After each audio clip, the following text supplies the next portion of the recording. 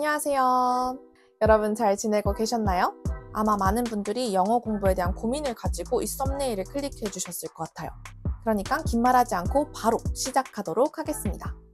롱폼 영상이 늦어진 이유 중에 하나가 제가 의원면직하면서부터 로망으로 가지고 있었던 나만의 브랜드 만들기를 요즘 준비하느라 조금 영상이 늦어졌었는데요. 오늘 영상 후반부에 그 브랜드가 어떤 브랜드인지 살짝 설명도 드릴 테니까 끝까지 봐주세요. 썸네일에서 보셨겠지만 저는 진짜 도구의 뜻도 모르던 사람인데 영어 교사까지 되었고 지금은 영국 대학원으로의 출국을 앞두고 있는 상황입니다. 도구도 모르던 사람이 어떻게 영어 교사까지 할 수 있었는지 그 꿀팁을 오늘 한번 탈탈 털어볼까 하는데요. 사실 저보다 영어를 잘하는 사람은 우리나라에 너무 많을 거예요.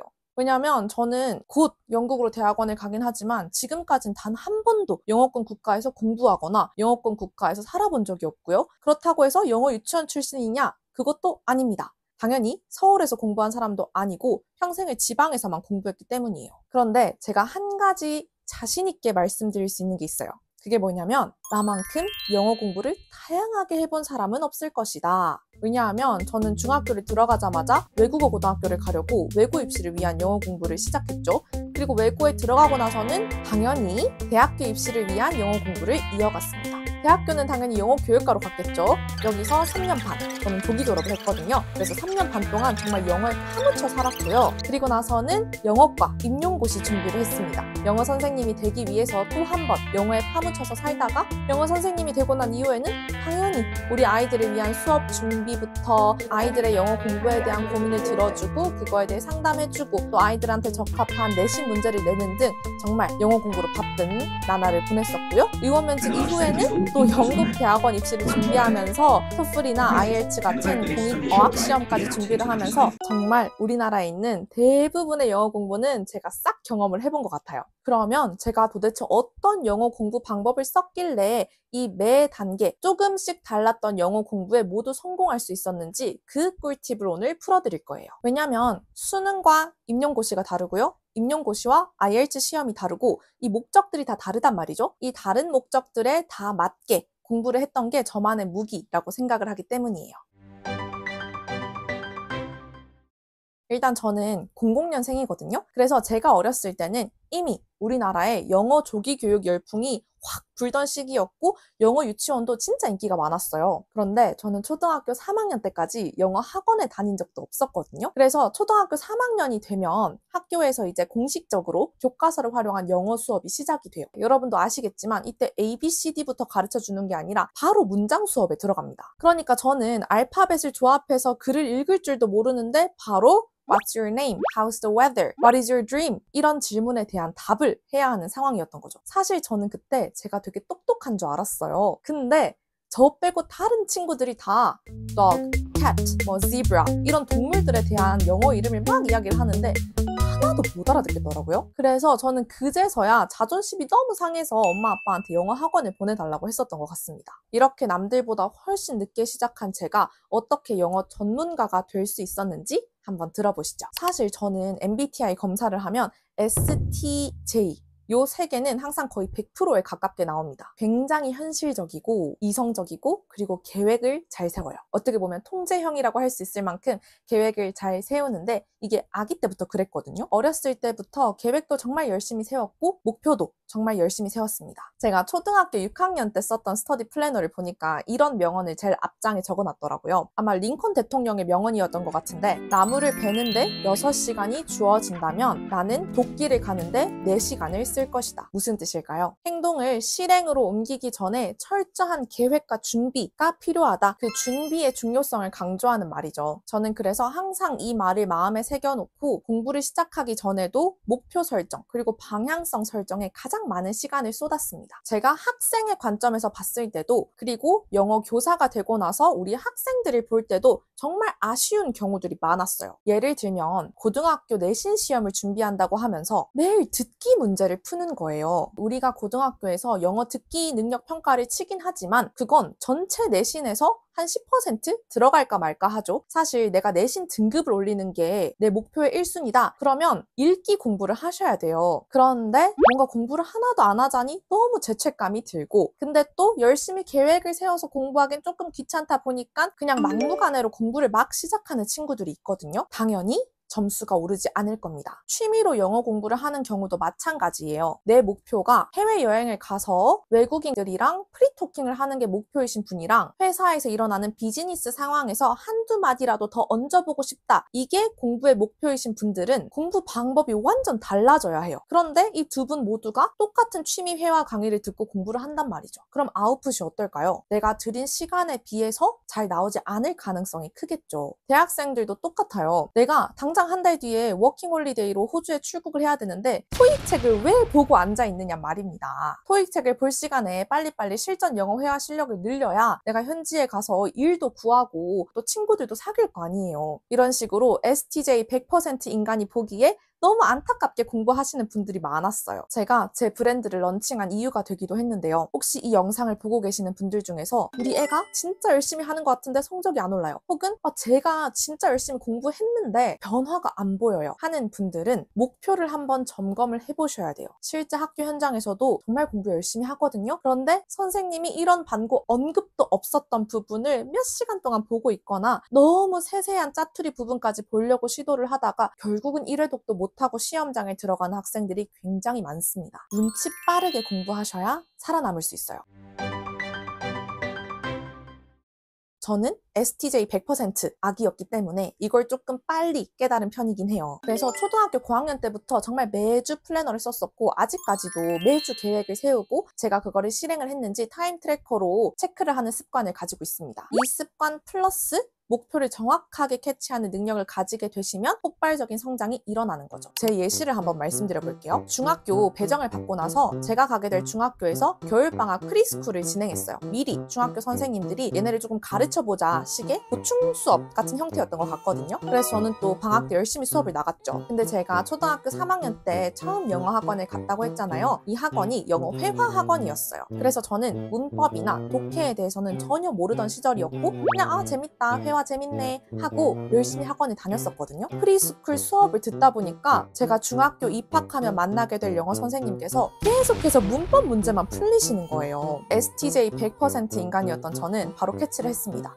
이 선생님 문법 문제 되게 좋아하시네? 근데 나는 문법을 하나도 몰라. 빨리 공부 방법의 변화를 가지고 와야 되잖아요. 프리스쿨 수업 딱 한 번 듣고 엄마 아빠한테 가서 나 지금 학원 옮겨야 될 것 같다. 나는 문법 문제를 하나도 모르고 내 중학교 선생님이 되실 분은 문법을 너무 좋아하시는 분이니까 나 이대로 가다가는 중학교에 가서 영어 망할 것 같다. 이렇게 해서 그날 바로 학원을 옮겼습니다. 사실 대부분의 제 친구들은 프리스쿨에서 이미 선생님의 성향을 파악했음에도 불구하고 그냥 하던 공부를 그대로 하던 친구들이 거의 99%였습니다. 저는 눈치 빠르게 학원을 바꾼 덕분에 매일매일 문법 문제를 100개씩 풀기 시작했어요. 중학교 입학 후에 어떻게 됐을까요? 당연히 내신 성적이 너무 잘 나오는 거예요. 저는 중학교 입학할 때부터 꼭 외국어 고등학교에 입학하고 싶다라는 그 목표가 있었는데 외고에 입학하려면 그 당시에는 중학교 내신 성적이 너무 중요했거든요. 제가 프리스쿨 때 눈치 빠르게 공부의 방향성을 재설정한 덕분에 중학교 기간 내내 내신 관리에 성공을 해서 결국 외국어 고등학교 입학이라는 제 목표도 달성하게 됐습니다. 만약에 제가 그 프리스쿨 때 영어 선생님의 성향을 파악하지 못하고 계속 다니던 회화 학원을 다녔으면 어떻게 됐을까요? 물론 영어 회화적으로는 더 성장할 수 있었겠죠. 그런데 제가 애초에 가지고 있었던 외국어 고등학교 입학이라는 목표는 당연히 달성하지 못했을 겁니다. 이런 식으로 IELTS도 한 달 만에 IELTS 리스닝 성적이 6.5에서 8.5로 확 점프했어요. 그런데 이 한 달 만에 제 듣기 실력 자체가 늘었을 확률은 매우 적거든요. 그럼 이 비결은 뭐였냐? 모의고사 문제를 탈탈 분석해서 눈치 빠르게 주로 어떤 부분이 정답으로 나오는지, 어떤 부분에 귀 기울여서 들어야 하는지, 어떤 부분을 주로 노트 테이킹을 해야 할지 이런 걸 빨리빨리 캐치한 거죠. 그때그때 알맞은 목표를 세웠다 보니까 성취감도 늘어났어요. 내가 마지막에 최종적으로 달성하고자 했던 목표, 그러니까 뭐 외고 입학, 임용고시 합격 이런 게 아니라 그 중간중간, 그 과정에서 느끼는 작은 성취감이 정말 중요하거든요. 이 작은 성취감이 없이는 절대 그 긴 과정을 완주할 수가 없어요. 목표를 딱 세워놓고 그 목표에 알맞은 방향성으로 공부를 해갔잖아요. 중학교에서 제가 영어 선생님 취향에 딱 알맞는 공부를 하니까 선생님 눈에 얘가 얼마나 예뻐 보이겠어요. 수업 시간에 칭찬을 정말 많이 들었거든요. 칭찬 들으면 당연히 기분이 좋아져요. 그러니까 내가 아무리 시험 범위가 많아도 아무리 포기하고 싶어도 쭉 이렇게 공부를 이어올 수 있었던 거죠. 저는 공부 양이 많아서 영어 공부를 잘했던 게 아니라 영어 공부의 방향이 맞아서 효율적이었던 겁니다. 즉, 저는 이때까지 평생 영어 공부를 하면서 영어라는 나무를 베는데 6시간이 주어졌다면 그 나무를 벨 도끼를 가는데 4시간을 썼던 그런 사람이었어요. 어렸을 때부터 체화된 공부 방법을 사용했더니 제 목표였던 외국어 고등학교 입학, 그리고 영어교육과 입학 후에는 열심히 공부해서 조기 졸업 플러스 졸업할 때 석차도 학과 1등으로 졸업할 수 있었고요. 교사 생활도 할 수 있었고, 지금은 제가 가장 바랬던 일지망 영국 대학원으로의 출국을 앞두고 있는 상황입니다. 영어는 무작정 많이 한다고 느는 학문은 아니에요. 내가 왜 영어 공부를 하는지 철저하게 분석을 하시고 시작을 하셔야 됩니다. 하물며 똑같은 토플 시험 준비라고 해도 사람마다 잘하는 과목, 못하는 과목이 따로 있고 내가 선호하는 공부 방식이 달라요. 구독자분들이 남겨주시는 댓글을 봐도 워홀 준비 중이신데 원서를 읽는다거나 고등학생인데 제가 추천한 미드를 보면서 중간고사, 기말고사를 준비한다던가 이렇게 방향성이 조금 틀려서 제가 바로 잡아주고 싶은 경우가 너무 많은 거예요. 그래서 제가 학교에서 일을 할 때도 학생들과 상담을 정말 많이 했었거든요. 왜냐면 저는 STJ 100% 인간이잖아요. 그래서 어떤 아이들의 사례를 듣고 그리고 그 아이의 특성을 딱 파악하면 어떻게 공부를 해야 하는지 그 루트가 제 눈에는 훤하게 보이는 거예요. 근데 제가 정말 많은 학생들을 상담하면서 깨달았던 건 이게 절대 혼자 하기 쉬운 일이 아니었구나라는 겁니다. 저는 사람들의 이야기를 듣고 그 사람이 성공을 향해서 달려가는 그 계획을 함께 짜주는 일이 너무 행복하고 너무 보람찼었단 말이죠. 그래서 저는 제가 선천적으로 가진 이 능력과 그리고 제가 후천적으로 쌓아왔던 이 경험들을 모아서 여러분들에게 좀 도움이 되는 일을 시작하고 싶었어요. 그 미션을 가지고 시작한 게 바로 저의 첫 번째 브랜드인 맨체스터 에듀랩이라는 브랜드인데요. 여러분들에게 맞춤형 영어 공부 컨설팅을 제공해드리는 브랜드입니다. 누구보다 다양한 영어 공부를 직접 해봤고 수많은 학생들을 만나봤습니다. 누구보다 계획에 진심인 사람이죠. 열심히 해도 영어 공부에 성장이 보이지 않는다거나 누가 나 대신 계획을 좀 짜줬으면 좋겠다 하시는 분들을 위한 서비스예요.